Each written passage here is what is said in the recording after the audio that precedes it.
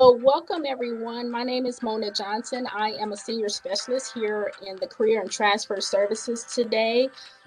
Joining along with me is Miss Marta. Marta, I can never say your last name correctly, so forgive me. So I'm going to just go by first name. Mr. Barry and Miss Shannon. Marta, say your last name for me, please. My last name looks a lot harder than it really is. It's Depczynska.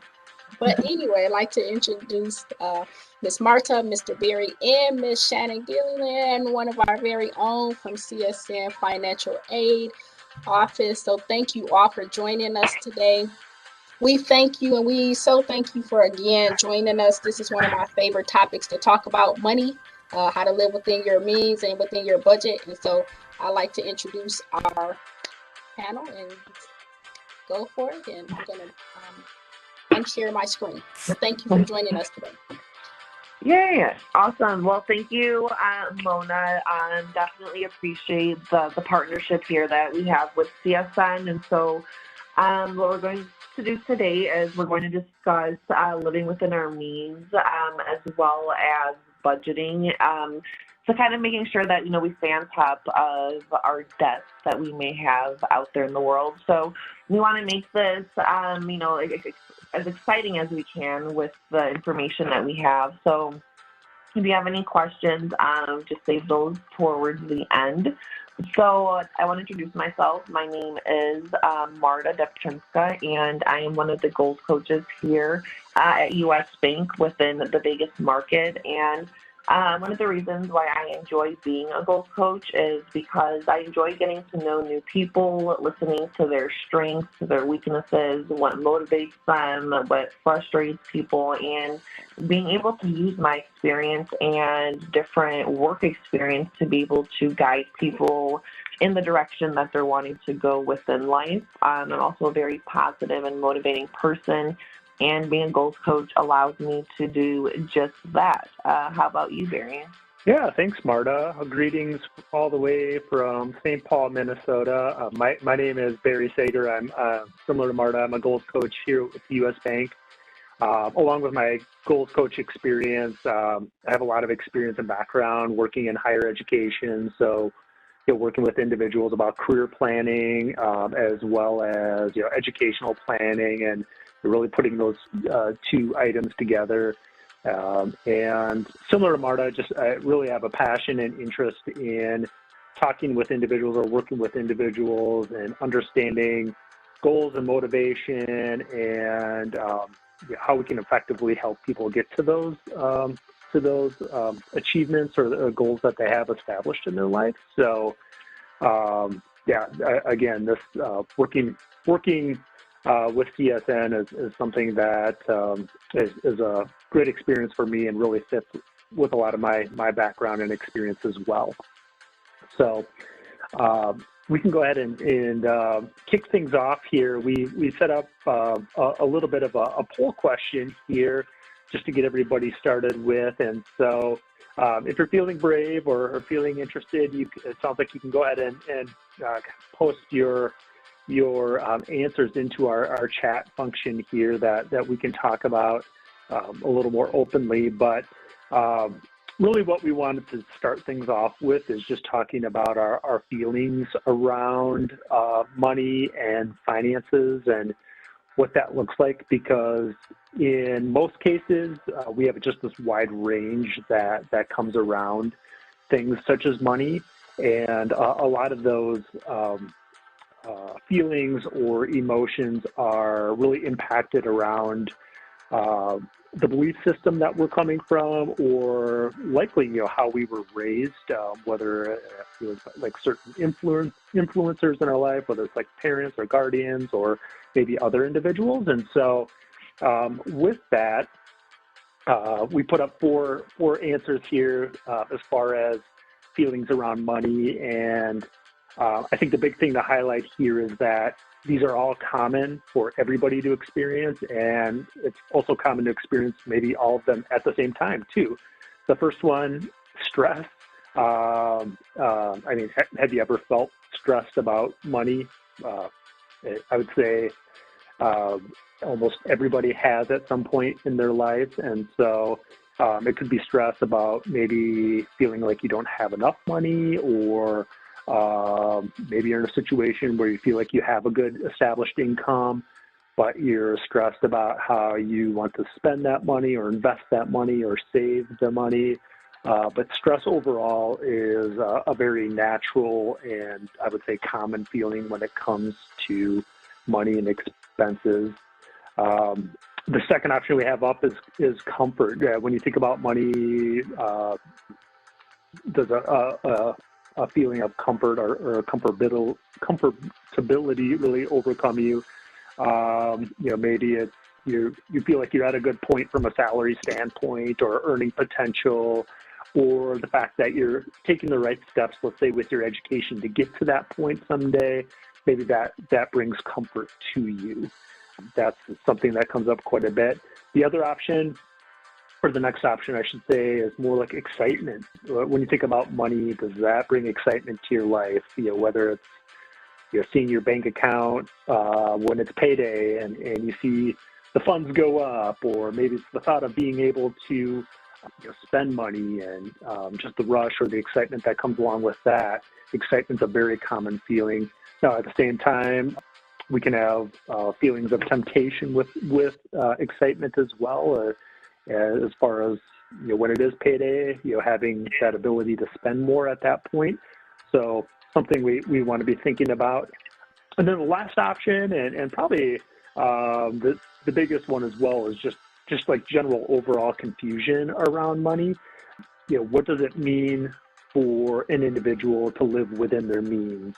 Or how can I be saving money while at the same time paying for the things that I need to live, while also balancing things that I want to be doing in life as well, like fun things. And so confusion's very common as well. So hopefully, as Marta and I are going over just our presentation today and talking about some different topics, we'll be able to help with any of the confusion that comes up around living within your means and around money. And again, if you're feeling brave and willing, I can see some responses already. Go ahead and just post your reply in the chat area. Yeah, definitely. So anytime you guys have a question or something sticks out, feel free to share it. And then at the end, we'll kind of go back to the chat to address anything. So, on the next slide, we're going to discuss short-term and long-term goals. And, a lot of times we don't realize that emotions do play a big part in setting goals. And that's because a lot of times, we don't realize that, emotions just play a really big part in a lot of the decisions that we make in life. So ultimately, there are two kind of goals that you can set for yourself. There are short-term goals and there are long-term goals. So, when you think of these goals for yourself, what are some short-term goals as well as long-term that you have set for yourself? And, ideally, when you think of the life that you want to live, but you aren't necessarily sure, how to identify the goals that you're wanting to work toward, that's where we as coaches come into play. And we have those conversations with everyone to get a better idea of, what matters to them, what's important, to you as an individual, and, how can we help, get you there. A lot of times, we feel stressed when we have, short-term goals that we're setting for ourselves, especially, like purchasing a car, because things within life happen, right? An emergency may happen and, you were so set on purchasing this car, but now you have to buy a new furnace, right? So it's also making sure that you don't get too emotionally attached to your goals. So that way, if something does happen, then you are, simply prepared for that. So we hear over and over that it's important to live within our means, but it's also essential to talk about why it's important to live within our means. So, think for a minute, what are some short-term goals that you have, and, what do those look like for you? And then, why is that important? Is it because you need a break from life? Is it because this is something that you've always been dreaming of? What's really motivating you to achieve this goal. And, you know, a big theme when setting goals, it's always very important to ask yourself anytime you're working towards anything is, you know, at why. Why is it something that you are wanting to do? And the reason that's important is because our why is what's going to keep us motivated and essentially keep us going towards the direction that we're wanting to move towards. If we're not motivated and there's no reason as to why we're wanting to accomplish something, then, you know, pretty much we're not going to accomplish that goal. So a short-term goal that I recently had was moving. So I moved to Las Vegas about 3 years ago from Chicago, and ever since I moved to Vegas, I've always lived in the same place. And so when COVID, you know, hit, working from home, and then I just felt myself being very unmotivated, and I just needed some kind of spark within my life. And so I figured, okay, my lease is going to be up in the next couple months. It's a great, realistic short-term goal. And so I was able to, you know, essentially, you know, achieve my goal of moving. So that's a personal short-term goal I recently achieved. But again, anytime you are setting goals, it's just ask yourself why. Because if you can't come up with a solid reason that's going to keep you going towards your goals, especially, you know, when it comes to budgeting or anything with money, it's just, you have to understand why are you doing or working hard to achieve that goal. And then sometimes, you know, we have goals of, you know, long-term goals of pursuing higher education. And when it comes to long-term goals, a lot of times we get unmotivated, right? Because it's not that instant gratification. So it's also important when we are setting long-term goals to have, you know, milestones in between to celebrate. So let's just say, you know, you're in school for the next 2 to 4 years. We'll celebrate every time you get an A or B at an exam. So that way you're making it exciting along the way and still celebrating the small wins along the way, because those are still wins that are helping you get to that bigger goal that you're setting for yourself. So on the next slide, and then actually I know Barry was going to share a long-term goal before we do that. So what's, Barry, tell us about a long-term goal that you had. Yeah, and thanks for sharing, Marta. And just when I'm thinking about long-term goals, like Marta mentioned, like whether it's pursuing your education or maybe like starting or having a family or owning a home, a long-term goal that I've had and continue to have, it just revolves around more of like the living situation that I've been in or that I want to be in. And so, you know, going back to when I was in college and eventually wanting to branch out onto my own and, you know, maybe move from the dorms to more of like an independent, like apartment rental situation, or maybe building on that to wanting to purchase a home that, you know, for me, that I felt would really work well for not only for myself, but my family. And then along with purchasing a home, just like any kind of home improvements or modifications that might be needed along the way.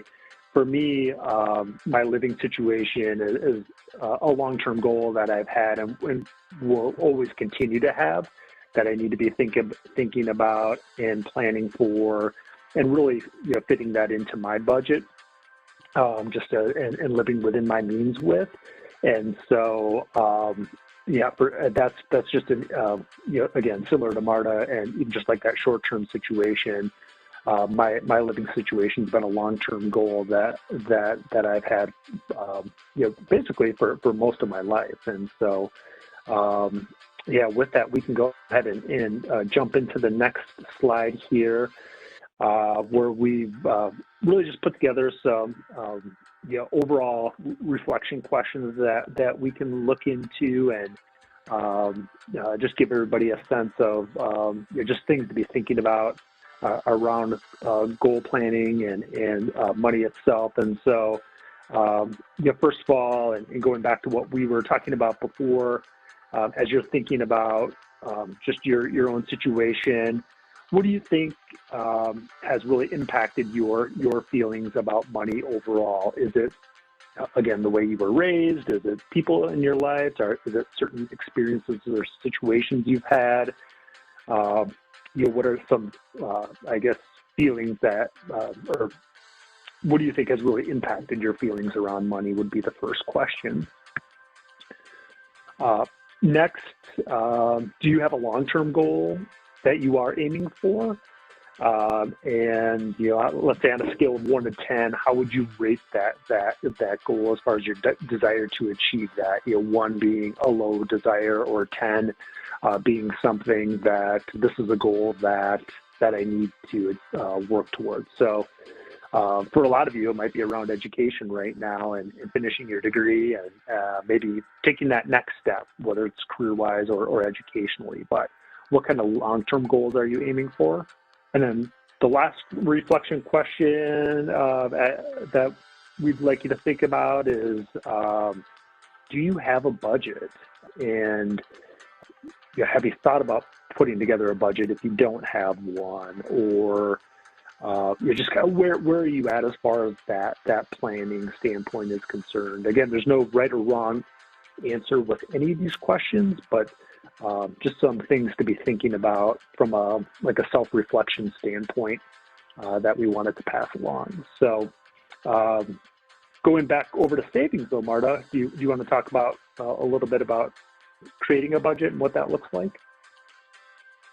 Yeah, definitely. So that's going to be on the next slide. And when we discuss when we're talking about short-term and long-term goals, especially when it comes to financial goals, setting those goals, whether it's short-term or long-term, allows you to budget, which means it's going to allow you to live within the means of life that you're sustaining at your current time. So that, so that when it comes to budgeting, planning is very important. So that way, that you're not overspending and, not putting everything necessarily on credits, and then, having to worry about, paying, all this money back. Of course, not saying to never use credit, but, setting goals, budgeting, it's all kind of, a formula. I would like to think to kind of start setting positive financial behaviors for yourself. So what you're seeing here on the screen is ultimately a budgeting pie, and in a way kind of, where and how you should be spending your money essentially. So as you see that it's called the 50-30-20 rule. So 50% of your income should be going towards necessities like housing, food, bills, the necessities of life. The 30% of your income should go towards extras like entertainment, vacation, anything that's important to you that's going to bring you joy within your life. Even though, budgeting and financial habits and all that fun stuff, right, isn't necessarily, always exciting to focus on, but you also deserve to, treat yourself to, the money that we do work hard for. And then 20% of your income should go towards savings. So that's ultimately how we should be balancing our money and spending. So definitely a great way to look at it. And obviously, right, making sure that we are taking care of our necessities versus going on vacation and then not having money for our rent. So that's a big no-no. So ultimately, you want to identify your monthly net income. So be sure to include all sources of income that you have. So your net income is how much you make after deductions, such as your taxes and insurance. Usually you can see this on your paycheck stub. I know a lot of us probably have direct deposit, but there should be a way somehow within your work that you can go in and access that if you are interested in how much deductions are being taken out of your paycheck and the amount that you actually take home. So you can look at that on your paycheck, and this actually really helps to know just to kind of have an idea. Another great step is to determine, your monthly expenses. So there are different budgeting worksheets that are out there that can help get you started. And then also, if you are interested, again, working with a coach, we can kind of help, get that set up and kind of figure out, where you may need to budget a little bit better. And you'll want to make sure that you're taking into account all your expenses, and also making sure that you're doing this on a monthly basis to make sure that you are staying, within the realm of your budget that you set for yourself. So this could also be property taxes, insurance, and auto registration. You want to make sure that you include these expenses in your monthly budget, so that we can calculate how much you need to save in order to save for whatever goal that you are saving for. So sometimes we overlook things like, auto insurance and registration and things that we only pay for, once a year, not that often, but again, that is a necessity that we pay for.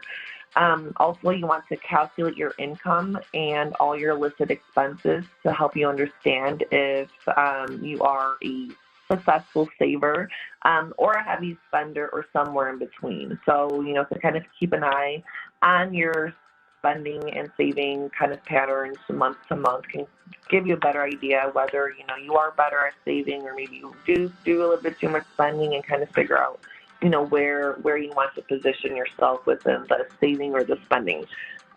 Also, make sure that you're saving for unexpected expenses and emergencies as part of, any kind of rainy days that we like to call it here at the bank. And so a rainy day fund doesn't have to be, necessarily a bad day, but anything unexpected that comes up, let's just say that, there's a wedding that, is last minute, or your mom's birthday. Well, I guess you would be prepared for your parents' birthday, but, any kind of unexpected event that you're not prepared for. And then it's also recommended to have at least 3 months cost of living expenses in your emergency fund. And then that's not going to go necessarily with your current expenses. So this is going to be a completely different savings fund that's separate from another savings that you may have for yourself. And so that way you can know that, hey, this is my essential spending that I'm not going to touch, and this is money that I can necessarily touch. So it's always good to have your money separated. I know sometimes having too many, places where you're keeping your money as far as accounts can be frustrating, but sometimes it's good to know, hey, this is money I can touch, this is money I can't touch. But again, it's whatever works for, you as a person, and how you manage your money, and, just how your brain functions. So on the next slide, we're actually going to go into some behavioral science tips, which is going to give us a little bit of a better insight into why we may sometimes make the decisions that we make, or, along those lines. So Barry is going to talk about. Yeah. Marta, this is Mona. Before we go to the next slide, I was just curious, and I don't mean to cut you off. I was just curious from everyone to know how many of you knew about the 50, 30, 20 budget, because I didn't know about that for a long time, and I literally, when I found out about it, it really changed how I spent money. And then also curious how many people actually have a budget, because I used to didn't have a budget. So if you could put in the chat, maybe how many of you have a budget, or if you want to put how many of you knew about that rule, maybe how many of you knew about that rule. I'm just curious. Thanks.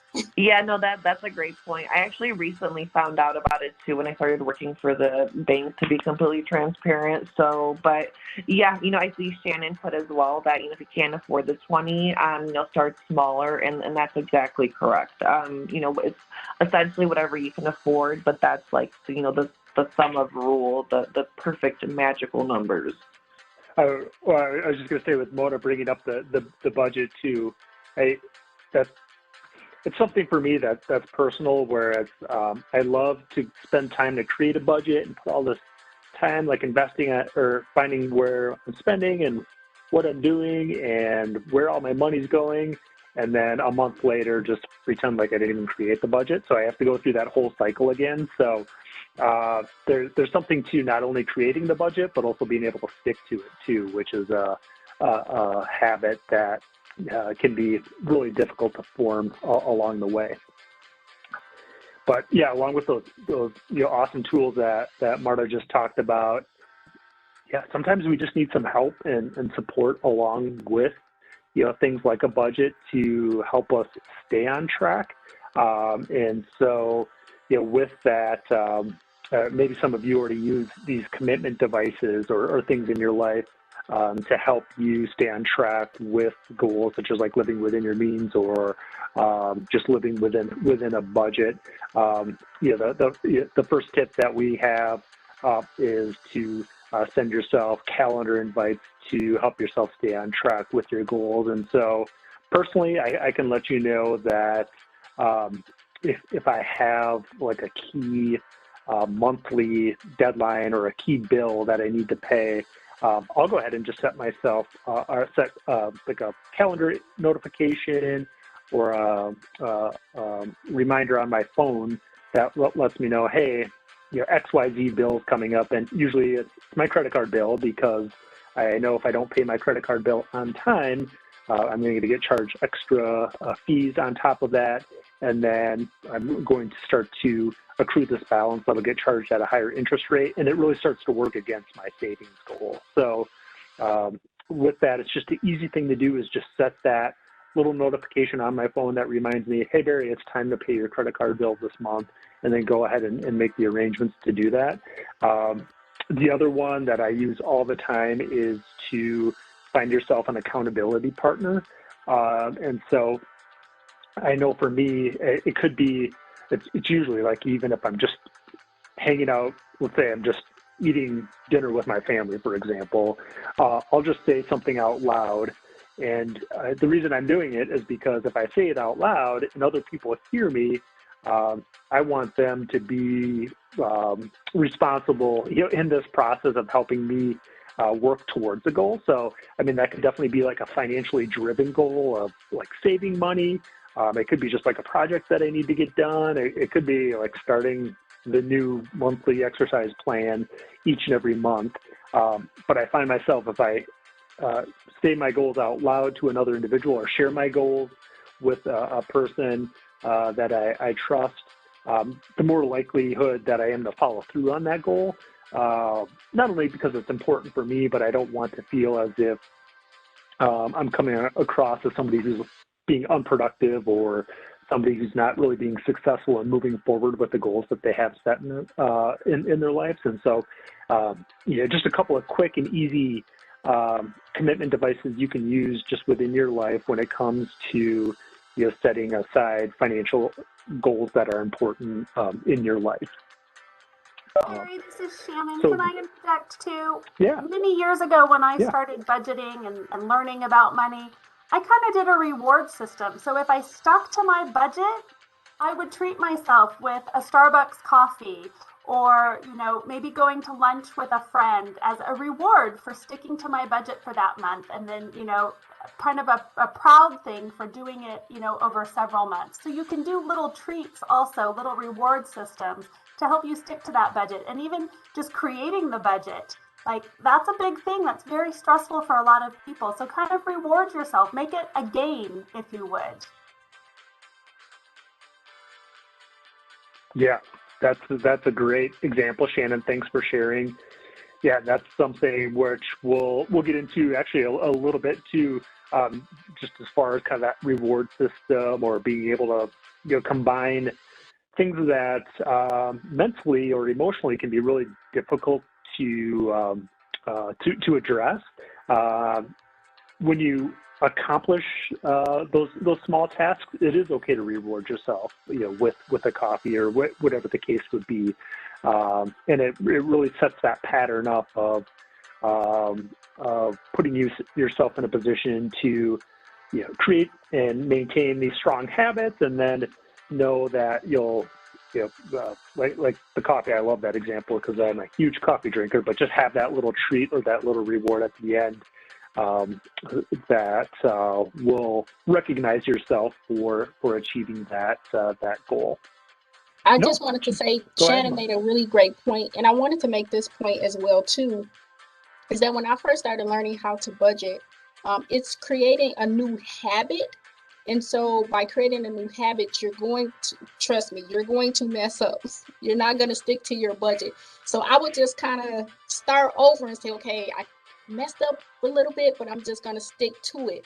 So just know that if you're not used to having a budget, and once you create a budget, you may not stick to that budget because you're creating a new habit. But the more you continue to do it and practice staying on your budget, it does become a lot easier.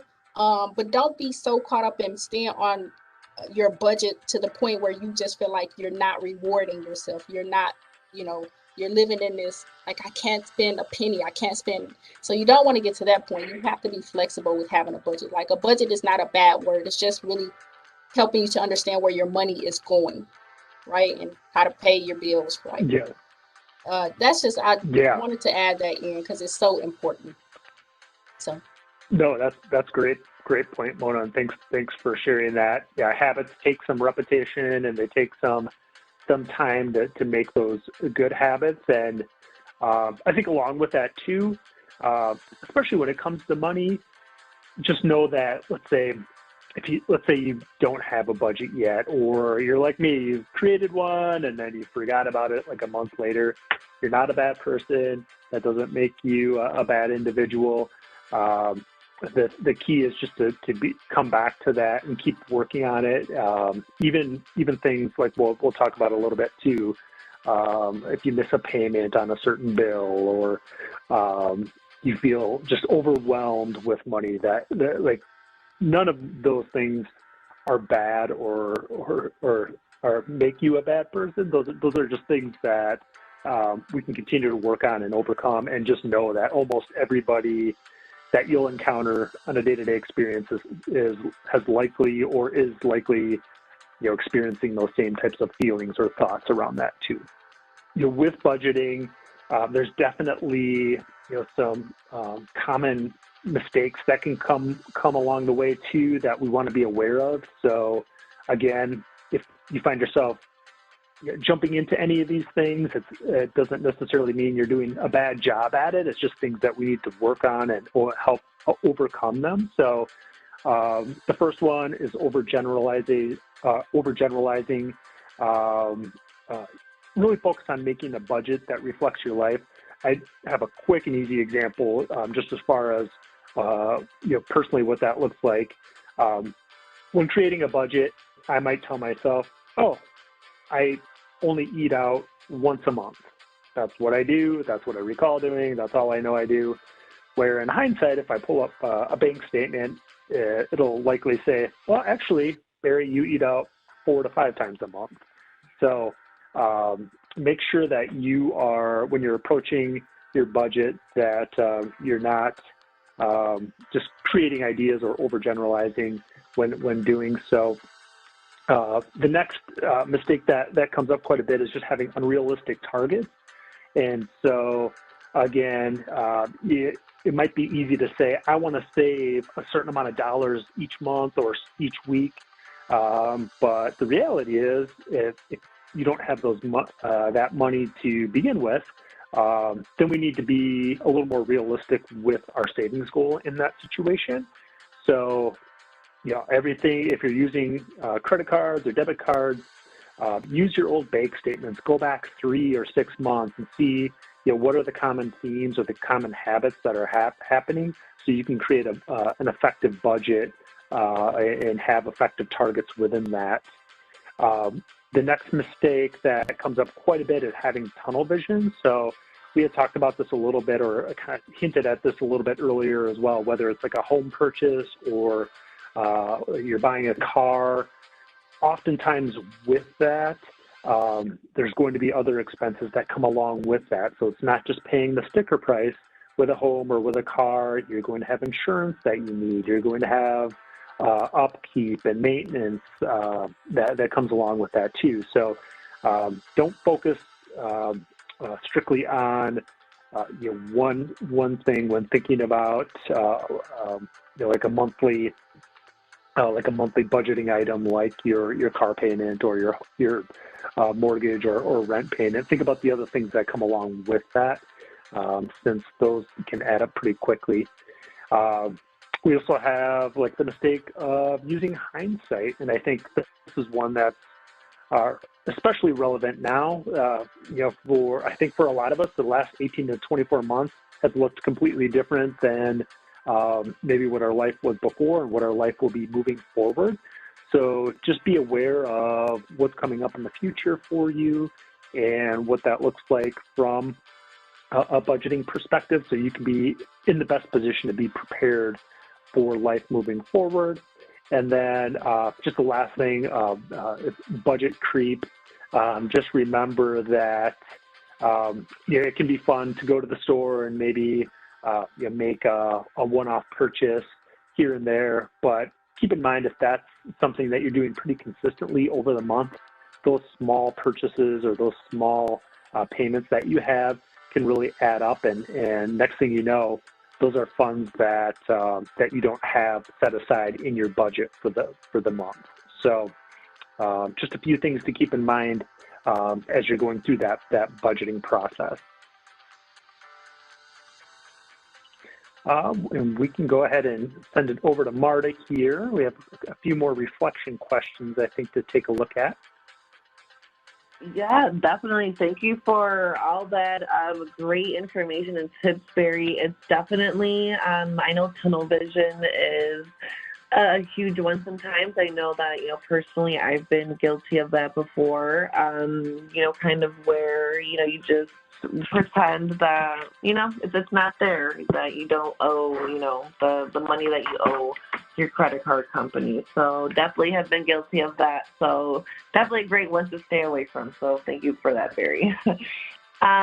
So also I have a personal favorite here of friction. So this is a great way essentially to make positive habits easier to do and kind of, break away from the negative habits that we may have. So ultimately, how friction works is here, as you see on your screen, the example of, removing one-click spending from your favorite online stores. I'm going to use a personal example, which possibly a lot of you can relate with, which is Amazon, right? I mean, they have everything you could possibly ever think of or need, and that could be at your doorstep within, 30 minutes, right? So it's when your card's hooked up, it's so much, easier to just, buy everything, put it in your cart, and then the next thing you know, it's at your door, and then now $100 you could have saved. Now you just have, a whole bunch of new house decorations, right? So, a great way if you're wanting to kind of ease away from, online shopping, and a lot of times it's impulsive shopping. We're kind of sitting at home watching TV, we get a thought, we may need one thing, we may need an ice maker, and then that ice maker turns into, we all have been there, I'm sure, into a $500 purchase or, how much ever we spend. So making your life a little bit harder when it comes to spending habits that we may have and kind of, putting in some obstacles in the way. One thing that I do for myself to make it a little bit difficult for myself to spend my savings money is I keep my savings in a totally different bank, and I do not have the physical debit card. And so that way, if I need to go into my savings, it really makes me think twice about whether I need whatever I'm trying to purchase. And it's also going to cause me to have to drive, get out of the car, go to the bank, talk to people, and it's just, kind of makes you really reconsider if it's worth, needing that money from your savings. So that's, something that I do, and it's called friction. So that's a scientific term behind that. And then I know Barry also has an example. So tell us yours, Barry. Yeah, thanks, Marta. Yeah, along with putting friction into your savings or financial goals, you can also remove friction to help just reinforce those positive habits that you have in your life. So an easy one that I know maybe you're already using or that a lot of people might use is to set up an automatic transfer on the day, on your payday, and move funds from a checking account to a savings account. Personally, I found the use of technology to be extremely helpful when it comes to removing friction around goals such as savings for myself. I use a mobile app with my banking, and granted, these are rare circumstances, but if I find times where there's maybe some additional funds just hanging out in my checking account that I haven't accounted for, with the use of an app, I can easily move those funds from my checking account over to my savings account within seconds, and therefore, I can take that money just away from maybe some unnecessary spending and set it aside for something more useful down the road. Taking advantage of resources like that, at least for me personally, like I said, using the mobile apps or using online banking for your debit or credit cards, which you can obviously access through a laptop or a computer. That's done a great job just as far as helping me remove friction that can contribute towards savings goals that I have down the road. So, and I'll send it over to Marta for our reflection questions here as far as some additional things to be thinking about. Perfect. Thank you so much for that, Barry. So here we have questions, and these are things that you can also kind of, think about long term for yourself if you want to either take a picture of them and then kind of, circle back to this when you have some time. But, since we have talked about, some budgeting tips, let's, discuss accountability partners and, some mistakes and kind of so on and so forth. So ultimately, do you have an accountability partner? And then if yes or no, kind of, who is someone that you could reach out to? An accountability partner is someone that you can ultimately trust and know that they will be there for you and hold you accountable to what you committed to yourself to accomplish, essentially. So it's someone that's going to, have your back, check in with you, make sure that, you are putting that money to savings, or you're not going out, every Friday when you said that you're going to, stay at home and save. So, having someone like that within our lives, it may seem, a lot of times you want to be very self-efficient and not necessarily rely on other people, but it can be very helpful, especially when you are wanting to achieve things that matter. It's just good to have someone there that you can count on and, kind of brainstorm with and just simply have there, just plain and simple, someone there for you. And then also, do you make any budgeting mistakes? And of course, none of us are perfect. We've all made budgeting mistakes, but this is more so of a question, where can you improve if you have those mistakes, right? Like Mona mentioned that, a lot of times habits take a pretty long time to form, right? And it's just kind of going past those burning points per se, or those pressure pain points until we get it right. So, what are some things that you may need to work on as far as your budgeting?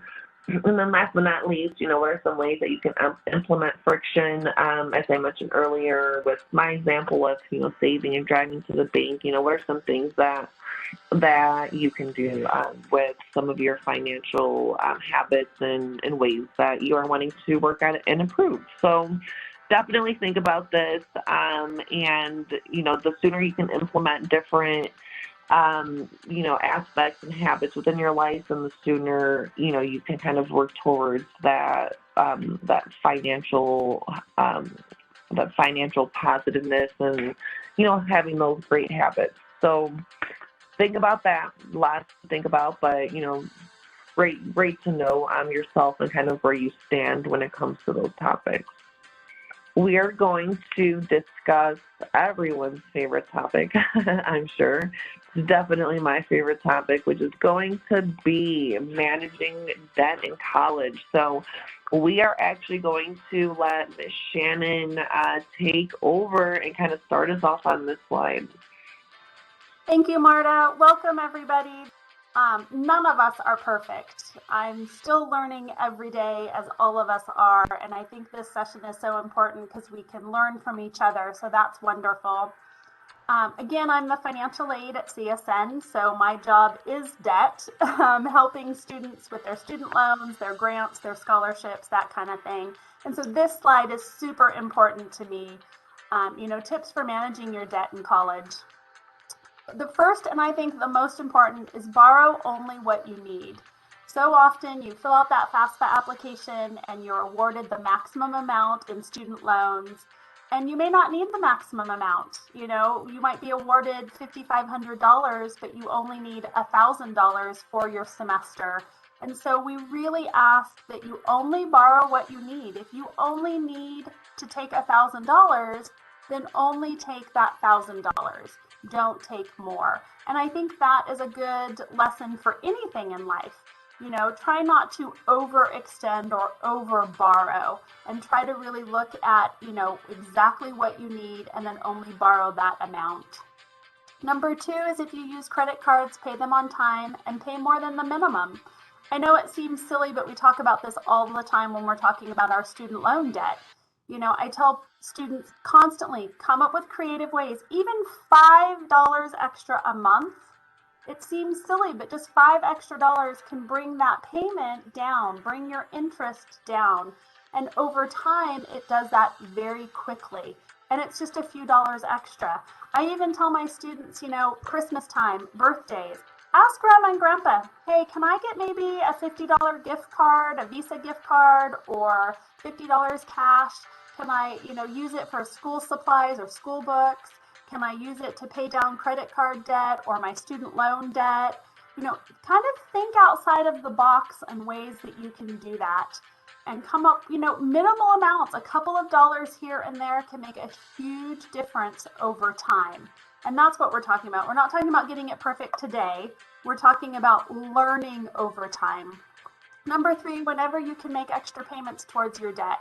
So, again, kind of just doing whatever you can and making that as simple as possible. If you can make an extra $5, make an extra $5. Maybe you can only do an extra 50 cents this month, then do that extra 50 cents.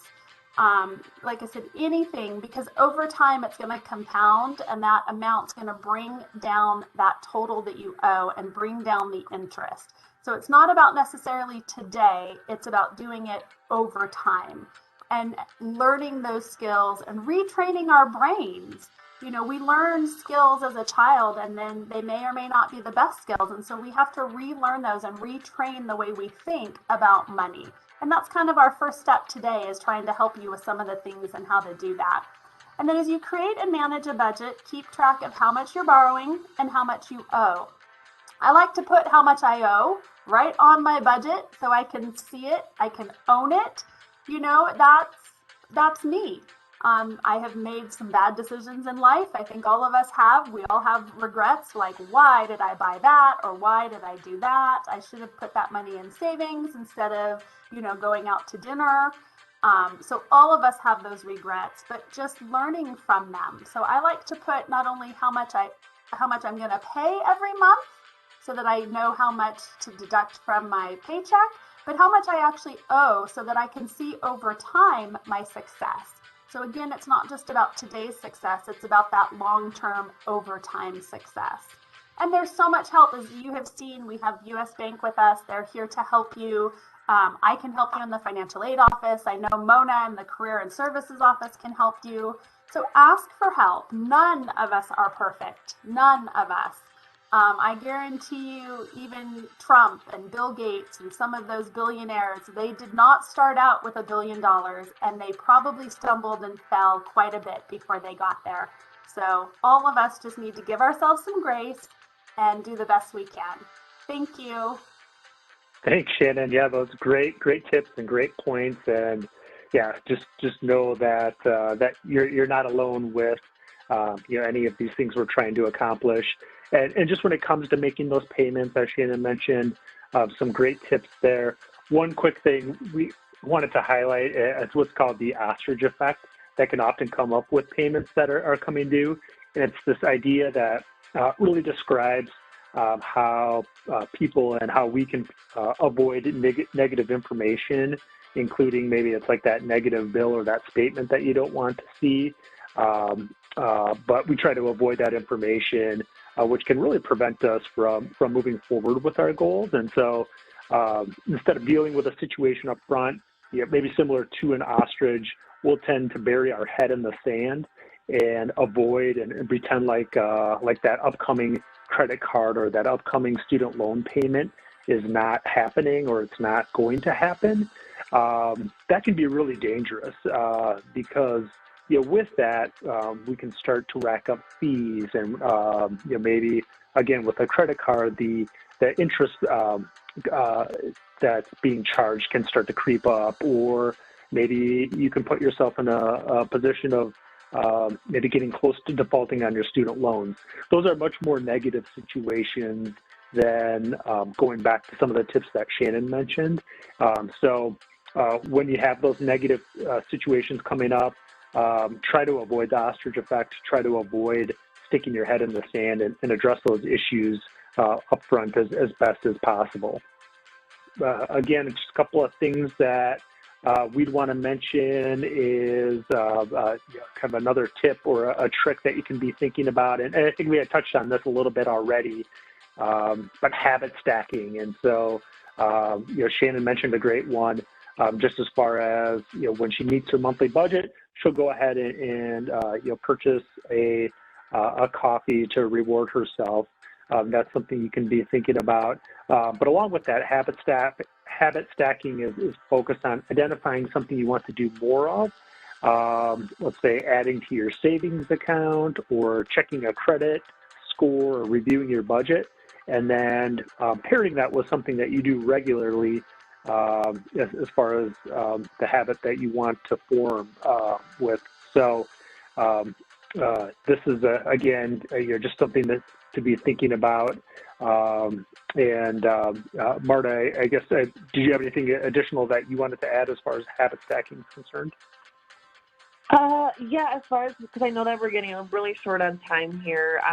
So as you guys see on the screen, it's just ultimately stacking a new behavior on top of something that you're already doing. So as you see, for example, 3, reviewing your budget while you sit and drink coffee or whatever you drink in the morning. So that's, a great way to get in the habit of reviewing or at least starting a budget. So while you're drinking your coffee or your tea in the morning, you can, essentially be creating or going over your budget. So that's, habit stacking, as Barry mentioned as well. So on the next slide, we're going to have some reflection questions as well, but I definitely want to make sure that we get some questions in for the last couple minutes. So for these reflection questions, again, if you guys want to take a picture of this or write them down for yourself, and again, just kind of work towards this and see if there are any parts that you can improve on,